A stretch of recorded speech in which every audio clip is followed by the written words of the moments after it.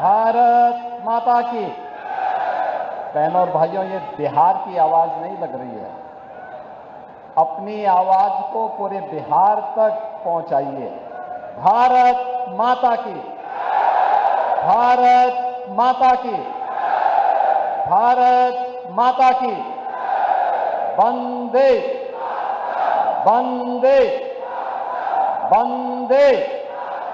सियावर रामचंद्र भगवान की, माता जानकी की, माता जानकी की। नमः पार्वती पतये हर हर।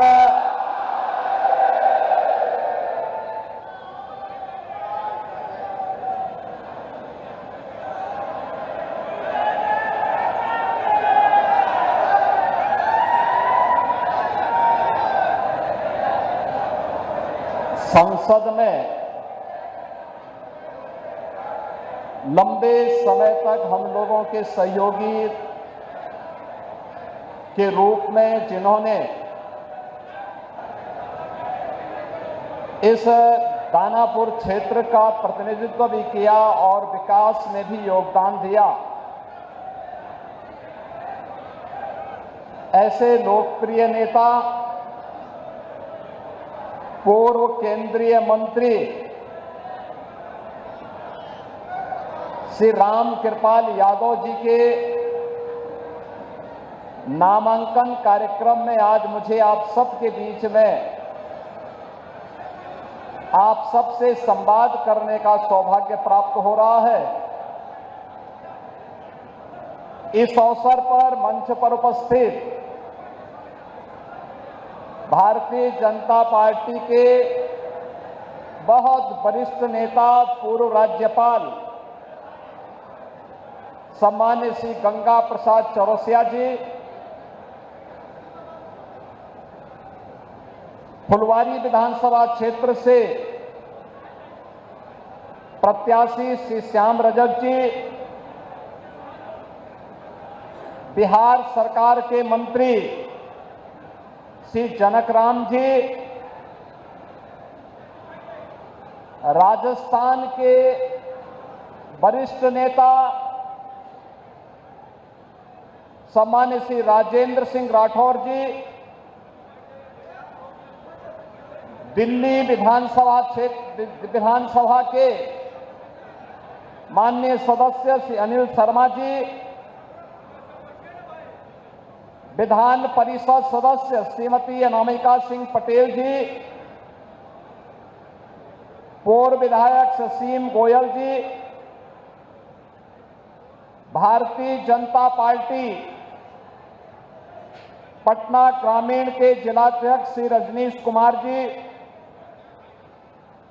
लोजपा के जिलाध्यक्ष श्री चंदन यादव जी, जदयू के जिलाध्यक्ष श्री आसिफ आलम जी, आरएलएम के जिलाध्यक्ष श्री राजेंद्र कुशवाहा जी, विधानसभा के प्रभारी श्री श्रीराम शर्मा जी, महामंत्री पवन तिवारी जी और इस कार्यक्रम का संचालन कर रहे सेतुल कुमार जी,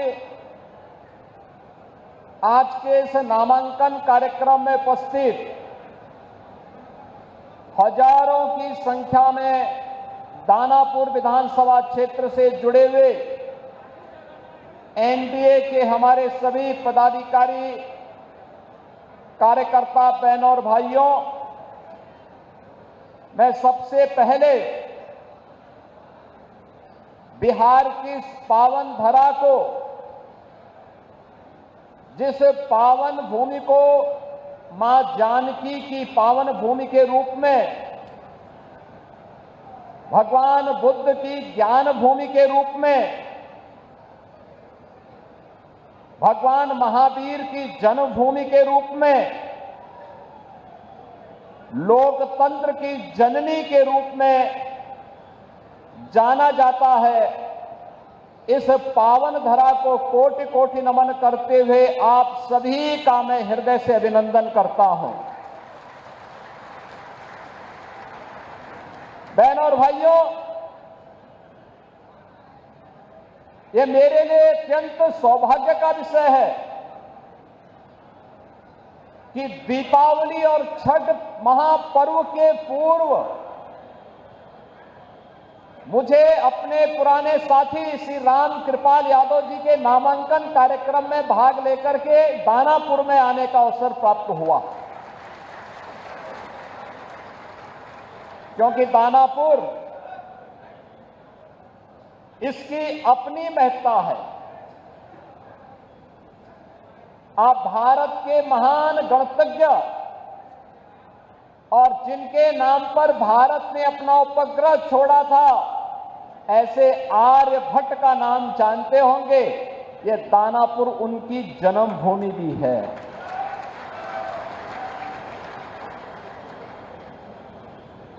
याद रखना, आचार्य कौटिल्य, चंद्रगुप्त मौर्य और अशोक महान जैसे महाप्रतापी राष्ट्र शिल्पियों को देने वाला हमारा यह बिहार और गुरु गोविंद सिंह जी महाराज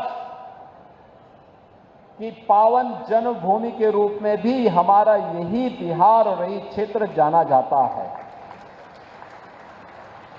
गुरु गोविंद सिंह जी ने कहा था कि देहु सिवावर मोही है, शुभ कर्मन ते कबहू न टरो। यानी गुरु गोविंद सिंह जी का यह अमर वाक्य आज भी हर भारतीय को एक नई प्रेरणा प्रदान करते हैं। और ये यहां की धरती इस बात की गवाह है कि गुरु गोविंद सिंह जी महाराज जब पटना साहिब से उनको बाहर जाना हुआ तो पहला पड़ाव यही दानापुर उनका रहा है। बचपन में उनका पहला पड़ाव यही दानापुर बना था। आज उस दानापुर में मुझे भी आने का सौभाग्य प्राप्त हुआ है। बहनों और भाइयों, उत्तर प्रदेश और बिहार का संबंध ये केवल एक संबंध नहीं है, एक साझी विरासत है, एक आत्मा का संबंध है, एक संस्कृति का संबंध है और एक संकल्प का भी संबंध है। ये संबंध उसी प्रकार से टूट है जैसे भगवान राम और मां जानकी का संबंध अटूट है। उसी प्रकार का संबंध उत्तर प्रदेश और बिहार का है। उन संबंधों को मजबूती प्रदान करने की दृष्टि से आज डबल इंजन की सरकार बिहार में फिर से स्थापित हो और डबल इंजन सरकार में बिहार की गति डबल स्पीड से आगे बढ़ती हुई दिखाई दे। जो कार्य पिछले 20 वर्षों में माननीय श्री नीतीश कुमार जी के नेतृत्व में डबल इंजन की एनडीए की सरकार ने करके दिखाया है, वह गति, वह स्पीड इसी प्रकार से बनी रहे, इसके लिए अपने बिहार के बहनों और भाइयों का आह्वान करने के लिए आज मैं यहां दानापुर से आह्वान करने के लिए आपके बीच में आया हूं। बहनों और भाइयों, कौन नहीं जानता है 1990 से 2005 तक बिहार का जंगल राज और परिवारवाद आपने देखा होगा। कौन वे लोग थे जिन्होंने बिहार की ज्ञान भूमि को, बिहार की इस आध्यात्मिक ज्ञान भूमि को परिवारवाद और अपराध की भूमि बना करके यहां के हमारे नौजवानों के सामने पहचान का संकट खड़ा कर दिया था। यहां विकास के नाम पर उस कालखंड में किस प्रकार की अराजकता फैलाई गई थी, ये किसी से छुपा हुआ नहीं। विकास के नाम पर यहां पर पेशेवर गुंडे और माफियाओं को सत्ता का संरक्षण 1990 से 2005 के बीच में प्रदान करके पूरे बिहार के विकास को बाधित कर दिया गया था। बिहार के नागरिकों के सामने, बिहार के नौजवानों के सामने पहचान का संकट खड़ा हो गया था और वह व्यक्ति बिहार से प्लान कर रहा था, जिसके मन में एक भाव था बिहार के बारे में कुछ करने की, बिहार को आगे बढ़ाने की और बिहार की अपनी उस परंपरा को, जिसने कभी भारत को नेतृत्व दिया था, भारत के स्वर्ण युग को लाने का अवसर जिस बिहार ने दिया था, अपने पूर्वजों की स्थाति को पुनर्स्थापित करने का जो जज्बा था, उस जज्बे को उस कालखंड में किस प्रकार से रौंदने का काम हुआ था, यह किसी से छुपा हुआ नहीं। और इसीलिए पिछले 20 वर्ष में बिहार को उस कलंक से मुक्त करने का काम एनडीए की सरकार ने जिस प्रभावी ढंग से किया है, आज डबल इंजन की ये भारतीय जनता पार्टी एनडीए की सरकार बिहार के अंदर उसको और प्रभावी ढंग से आगे बढ़ाने के लिए इस चुनाव में फिर से बिहार वासियों का आह्वान करने के लिए आई है। बहनों और भाइयों, अब बिहार में यहां के विकास को कोई बाधित नहीं कर सकता। यह अपराध को कोई अपना जन्मसिद्ध अधिकार नहीं बना सकता। अब बिहार में अपराध को अपनी बपौती बना करके अपहरण का उद्योग चलाने का दुस्साहस नहीं कर सकता। अब तो केंद्र सरकार ने और राज्य सरकार ने मिलकर के विकास के जिन कार्यक्रमों को आगे बढ़ाया है, उन कार्यक्रमों में अब पेशेवर माफिया और अपराधी कहीं बाधक नहीं बन पाएंगे। इस दृष्टि से आज एनडीए की सरकार ने बिहार के अंदर भी प्रभावी भूमिका के साथ कार्य करना प्रारंभ किया है। आज बिहार का नौजवान जब बिहार से बाहर जाता है, हर क्षेत्र में अपनी एक पहचान बना के दिखाता है। वह जिस भी क्षेत्र में गया, लेकिन कुछ लोगों ने 1990 से लेकर 2005 तक बिहार के नौजवानों की प्रतिभा को कुंद करने का काम किया था, बिहार के सामने पहचान का संकट खड़ा किया था और बिहार इसकी दंश को लंबे समय तक झेलने के लिए मजबूर हुआ था। एक से एक बड़े घोटाले यहां पर हुए थे। जो पैसा यहां के विकास में खर्च होता, नौजवानों के रोजगार पे खर्च होता, बाढ़ जैसी समस्याओं का समाधान करने के लिए, दियरा के ब्रिजेज के निर्माण के लिए, अमृत योजना में जनता को नगरीय क्षेत्र में बुनियादी सुविधा देने के लिए, हर घर नल के माध्यम से शुद्ध पेयजल की आपूर्ति करने में खर्च होता, वह पैसा यहां पर चारा घोटाले जैसे महा घोटालों में खर्च होकर के बिहार के नागरिकों के सामने पहचान के एक संकट को खड़ा कर दिया गया था। अब पहचान का संकट एनडीए की सरकार ने बिहार से समाप्त किया है। आज बिहार का नौजवान हर एक क्षेत्र में अपनी पहचान के साथ आगे बढ़ रहा है। आज बिहार में आधुनिक इंफ्रास्ट्रक्चर दिखाई दे रहा है। अब बिहार में विकास की इस दौड़ में बिहार की इस नई प्रतिस्पर्धा को बाधित करने के लिए फिर से आरजेडी और कांग्रेस में और उनके सहयोगी दलों में, इंडी गठबंधन में फिर से एक उन्होंने शरारत शुरू की है। और वह शरारत शुरू की है विकास बनाम बुर्के का।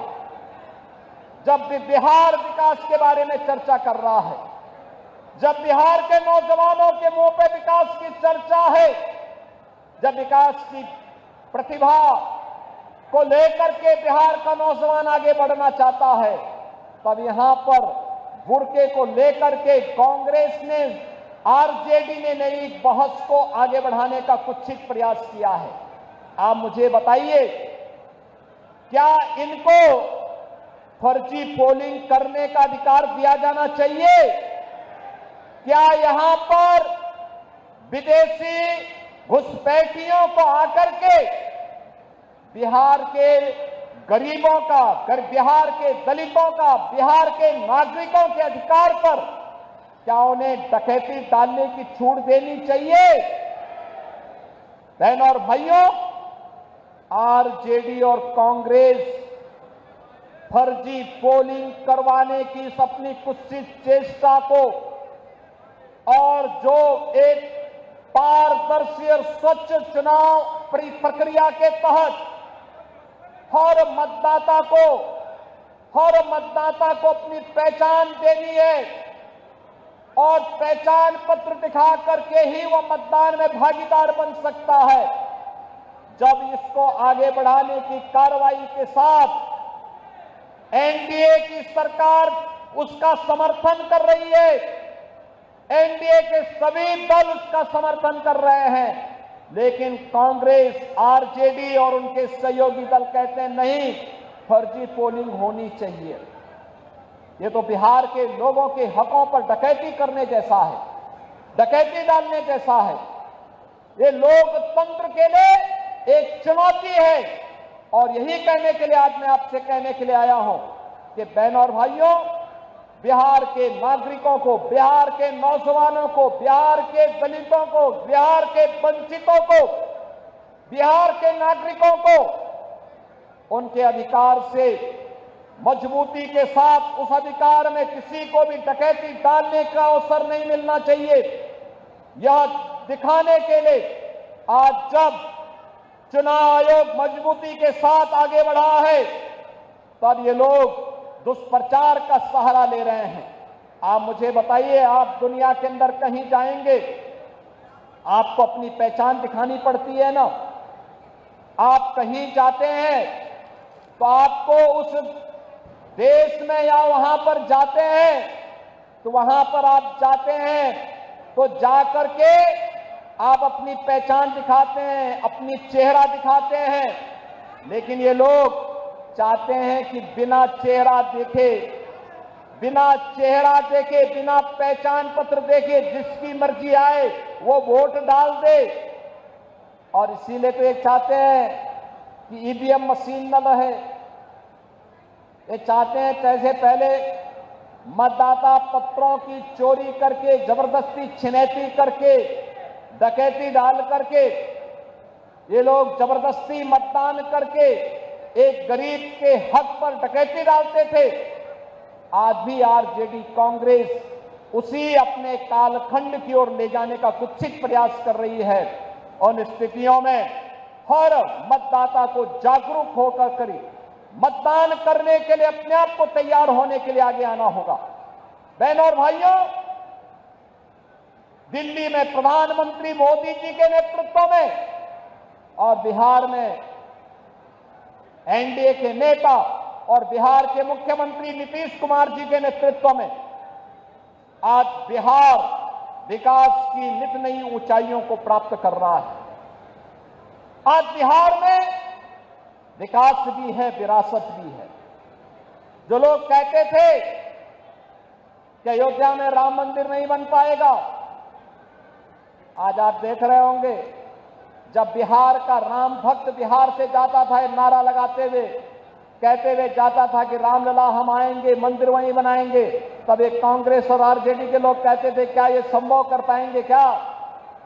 प्रश्न करते थे, बिहार के चुनाव में हम लोग आते थे, हमसे पूछा जाता था क्या राम मंदिर बन पाएगा? हम कहते थे जरूर बनेगा।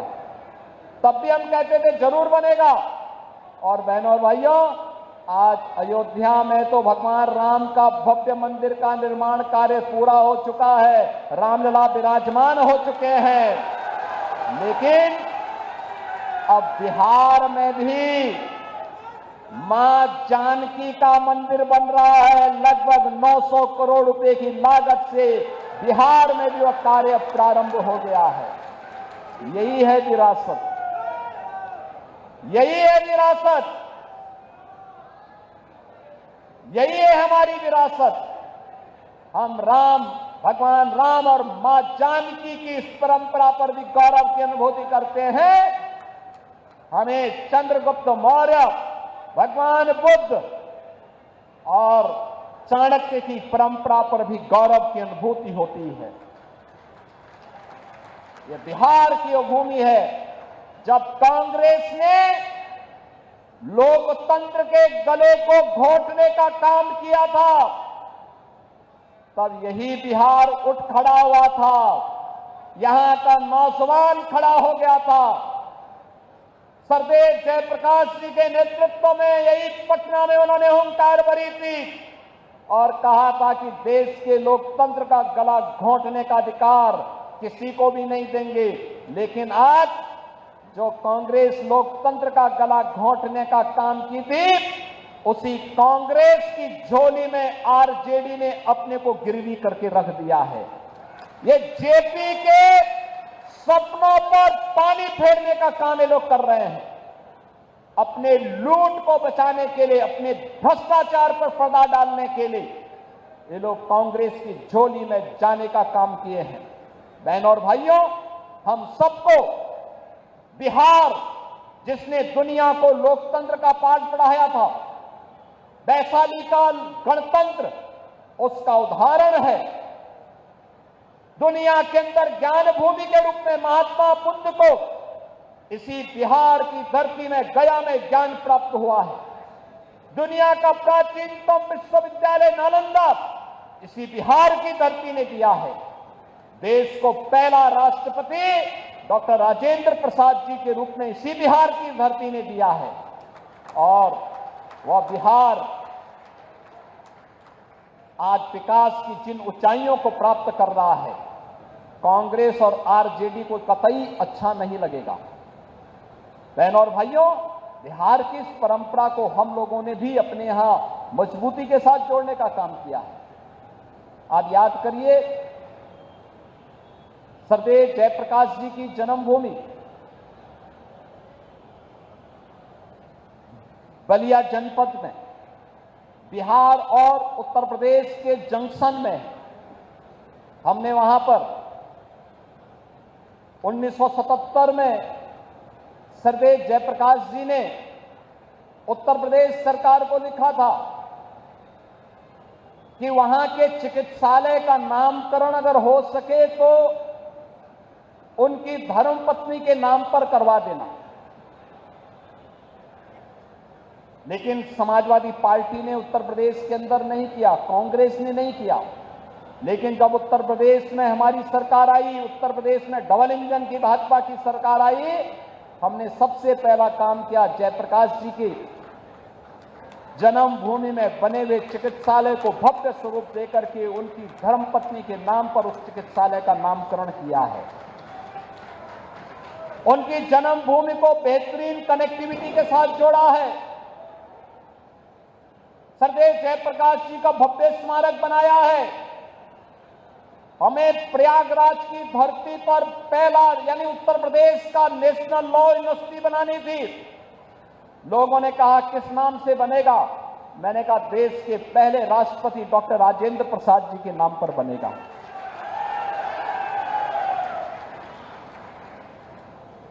अयोध्या की कनेक्टिविटी कहां की होनी चाहिए?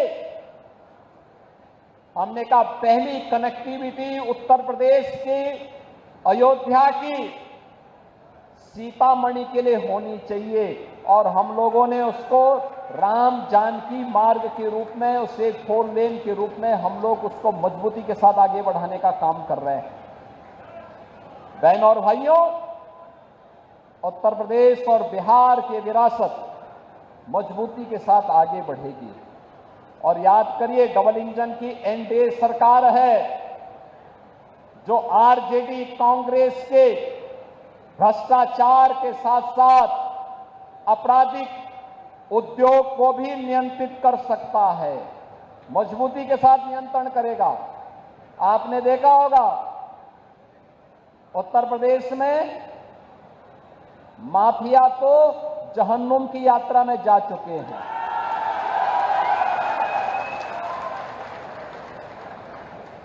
उत्तर प्रदेश में बड़े बड़े जो दुर्दांत अपराधी पहले अपने आप को छाती ठोक करके अपहरण उद्योग में लिप्त थे, आरजेडी के ही पार्टनर वहां पर भी इस अराजकता को फैलाते थे। आज उनकी क्या दुर्गति हो रही है। और हम लोगों ने तो इनकी प्रॉपर्टी को भी जब्त करके गरीबों के लिए आवास बनाने प्रारंभ कर दिए। सबके आवास, हर गरीब को आवास। मोदी जी प्रधानमंत्री आवास दे रहे हैं। देश के अंदर उन्होंने करोड़ों लोगों को आवास दिया, 4 करोड़ लोगों को आवास दे दिया। ये काम कांग्रेस भी तो कर सकती थी। 12 करोड़ गरीबों के घर में शौचालय बना दिए। 10 करोड़ से भी गरीबों को उज्ज्वला योजना के कनेक्शन दे दिए। 50 करोड़ गरीबों को आयुष्मान भारत की 5 लाख रुपए की स्वास्थ्य बीमा का प्रतिवर्ष सुविधा उपलब्ध करवाई जा रही है। देश के अंदर 80 करोड़ गरीबों को कोविड कालखंड से लेकर के लगातार 29 तक फ्री में राशन की सुविधा का लाभ दिया जा रहा है। बहनों और भाइयों, ये काम कांग्रेस भी कर सकती थी, लेकिन गरीब कल्याण न कांग्रेस के एजेंडे में था, न आरजेडी के एजेंडे में। इनके एजेंडे में तो परिवार कल्याण था, स्वयं का परिवार का कल्याण हो। इनके एजेंडे में कांग्रेस का भी परिवार का कल्याण था और आरजेडी के भी एजेंडे में वही परिवार कल्याण था। एनडीए ने पूरे भारत को और बिहार के अंदर पूरे बिहार को ही अपना परिवार मान करके बिना भेदभाव की योजनाओं का लाभ दिया। और इसीलिए जब प्रधानमंत्री मोदी जी दिल्ली से बड़े बड़े इंफ्रास्ट्रक्चर दे रहे हैं, आज बिहार की पहचान बन रही है। बिहार में नए नए विश्वविद्यालय बन रहे हैं। बिहार में मेट्रो जैसी आधुनिक पब्लिक ट्रांसपोर्ट की सुविधा प्राप्त हो रही है। इनलैंड वाटरवे की सुविधा आ रही है। नए एयरपोर्ट बन रहे हैं। नौजवानों के लिए नौकरी और रोजगार की नई नई संभावनाएं आगे बढ़ रही हैं। उन स्थितियों में विकास की आभा समाप्त नहीं होने देनी है। दीपावली में जैसे हर घर में एक जगमगाहट होती है, छठ के पर्व में एक महा उत्सव जैसा माहौल होता है, ऐसे लोकतंत्र की धरती पर लोकतंत्र का कमल इसी प्रकार से खिलता हुआ दिखना चाहिए कि एक तरफ बिहार विकास करेगा और दूसरी तरफ एनडीए की सरकार मजबूती के साथ यहां के गांव के लिए, गरीब के लिए, किसान के लिए, नौजवान के लिए, महिलाओं के लिए और समाज के प्रत्येक तबके के उत्थान के लिए इन कार्यक्रमों को मजबूती के साथ आगे बढ़ाती रहेगी। इस विश्वास के साथ आज मैं आप सबके साथ आया हूं जुड़ने के लिए। चुनाव के दौरान बहुत यहां पर आने का अवसर प्राप्त होगा, लेकिन मैं आप सबको इस बात के लिए आह्वान करने के लिए आया हूं। ये बिहार में चुनाव प्रचार की शुरुआत है और ये मुझे अच्छा लगा कि मुझे अपने पुराने साथी श्री रामकृपाल यादव जी के ही नामांकन में पहले कार्यक्रम में भाग लेने का अवसर प्राप्त हुआ है। हम लोग संसद में काफी पुराने रहे हैं, एक साथ काम करते रहे और मजबूती के साथ बिहार की आवाज को मजबूती प्रदान करते रहे हैं। हमें बिहार में फिर से उस राम राज्य के उदाहरणा को चरितार्थ करना है, जिसको लेकर के यहां स्वर्ण यानी देश का स्वर्ण युग यही बिहार ने प्रदान किया था। बिहार ने आज से 2000 वर्ष पहले हम फिर से बिहार को वहां लेकर के जाएंगे और इसके लिए एनडीए सरकार आवश्यक है।